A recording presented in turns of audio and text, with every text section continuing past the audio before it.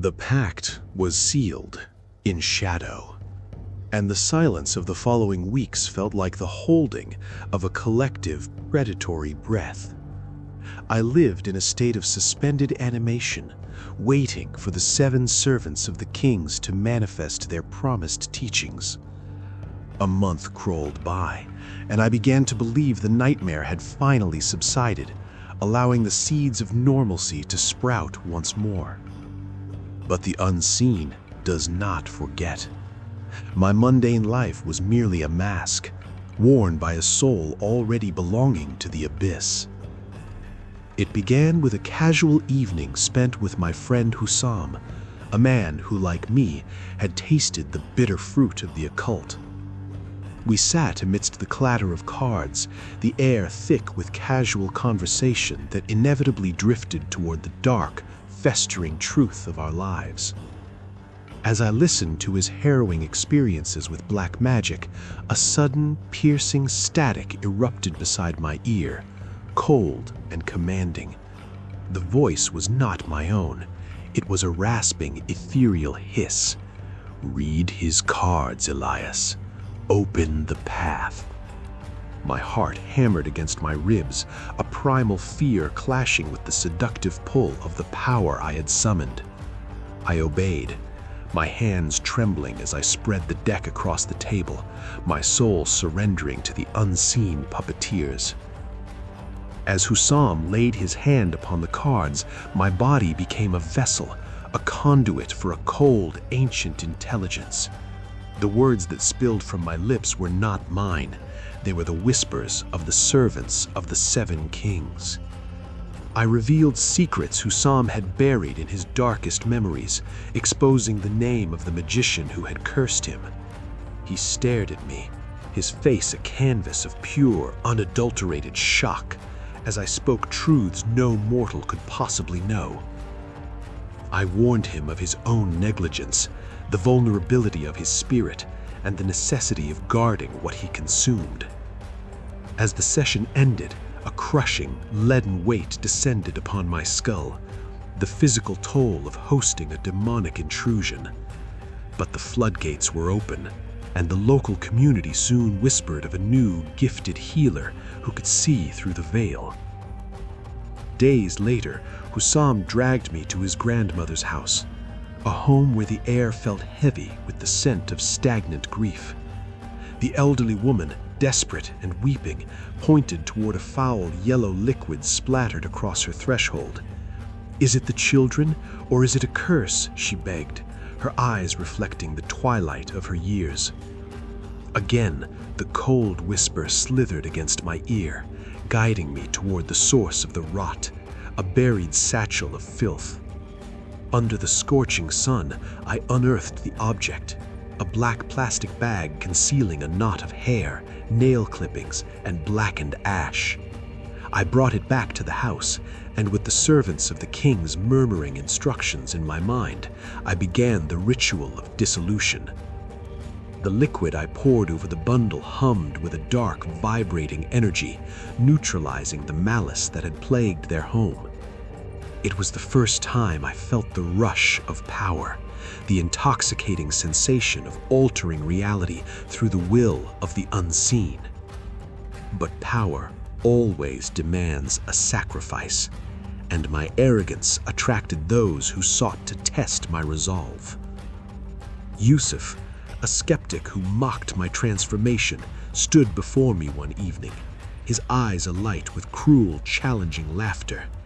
"If you have such power, prove it to me, you charlatan, or admit you are nothing but a delusional fool."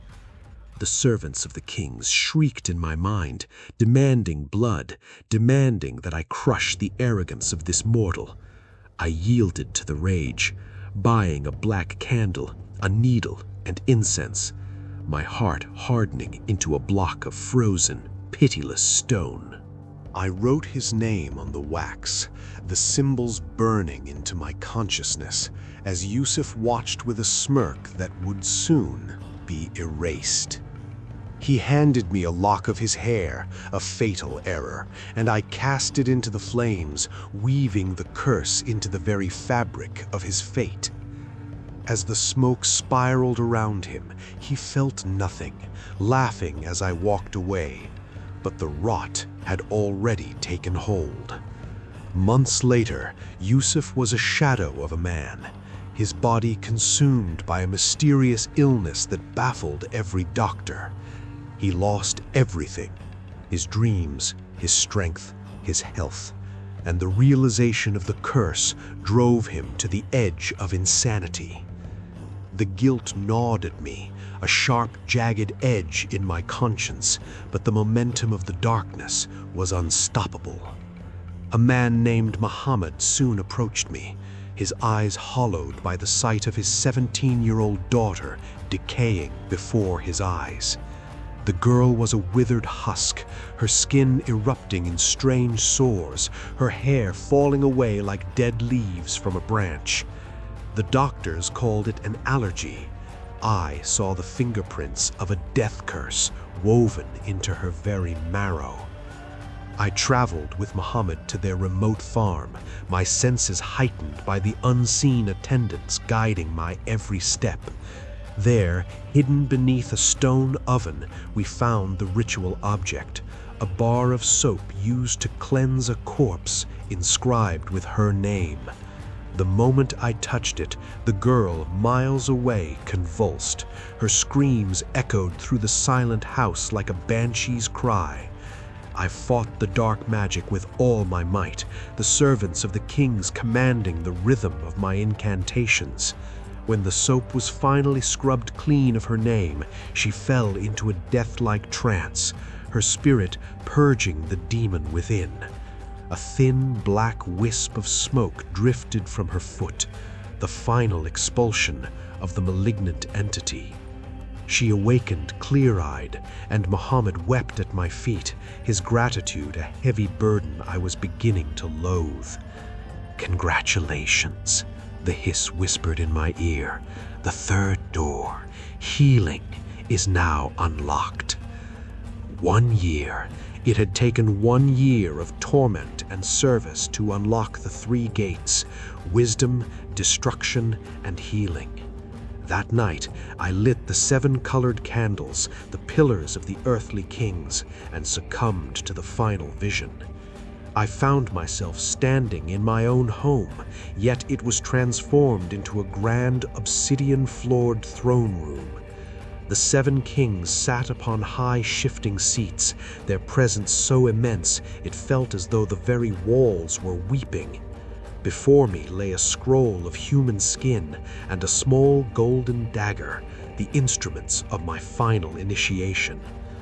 To wield our knowledge is to serve the covenant, Zahramarash, the king in white, rumbled. His voice was the sound of shifting tectonic plates. The servant beside him seized my wrist, slicing it with the golden blade, my blood painting the scroll in a deep crimson smear. The pact was signed, the ink of my mortality binding me to their cause for all eternity.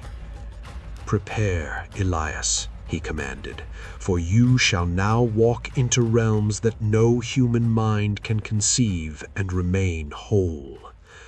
3 strikes of his staff shattered my vision, and I awoke in my bedroom, drenched in a fever of cold, terrifying sweat. I rushed to the mirror, thirsty for water, but froze as a ghostly, suffocating haze swirled from my own back. Behind my own reflection, eyes of burning charcoal stared at me, not from the glass, but from the darkness behind my shoulder. "Do not fear," the servant whispered, his voice resonating from within my own chest. "You are ours, and you can see us now." The servants of the kings were no longer mere voices. They were dark, smoke-like entities that clung to my existence. They spoke of higher laws, of the rank of ministers, and the supreme power of the 7 earthly kings who rule the soil. They revealed that I had become a beacon for the most ancient practitioners, the masters of the stars and the planets. My life as a simple man had vanished. I was now a disciple of the abyss, a vessel for the ancient laws of the earth. I sat on my bed, the darkness of my room suddenly intimate and crowded with the breath of the unseen. The journey into the true heart of my Zuri destiny had only just begun, and the price of my soul was yet to be paid in full. The path ahead was long, veiled in blood and mystery, and I was the architect of my own undoing. There is no returning to the light once you have seen the kings of the earth face to face. My heart trembled, yet in the deepest hollows of my mind I felt a terrible, seductive sense of purpose. I, Elias the Zuri, had become the student of the kings, and the earth itself would now bow to the resonance of my command. The night was young, and the shadows were whispering secrets of empires long forgotten by the sun. I looked at my hands, the blood still dry upon my skin, and knew that I would never be human again. I reached out into the dark, feeling the static of the spirits, waiting for my next instruction. This was the reality I had craved, the absolute, terrifying truth of the world hidden beneath our feet. I am the gateway, I am the key, and I am the sacrifice for the secrets of the 7 earthly kings. The next phase of my descent is written in the stars and the cold, unyielding earth. The silence returned, but it was no longer empty. It was filled with the rhythmic breathing of 1,000 watchers. I closed my eyes, ready to dream of empires, ready to walk through the doors I had finally broken open. This is not merely my story. It is the chronicle of the shadow that follows every soul that dares to look too deep. I have paid the toll, and now the darkness is mine to command and mine to fear. Let the world sleep, for I have finally awakened to the reality of the 7 kings. The darkness is no longer my enemy. It is my classroom, my cathedral, and my prison. I, Elias, hold the keys, and the earth is trembling in anticipation of the gates I am about to open further. The saga continues, and the price of this power is written in the blood upon my hands.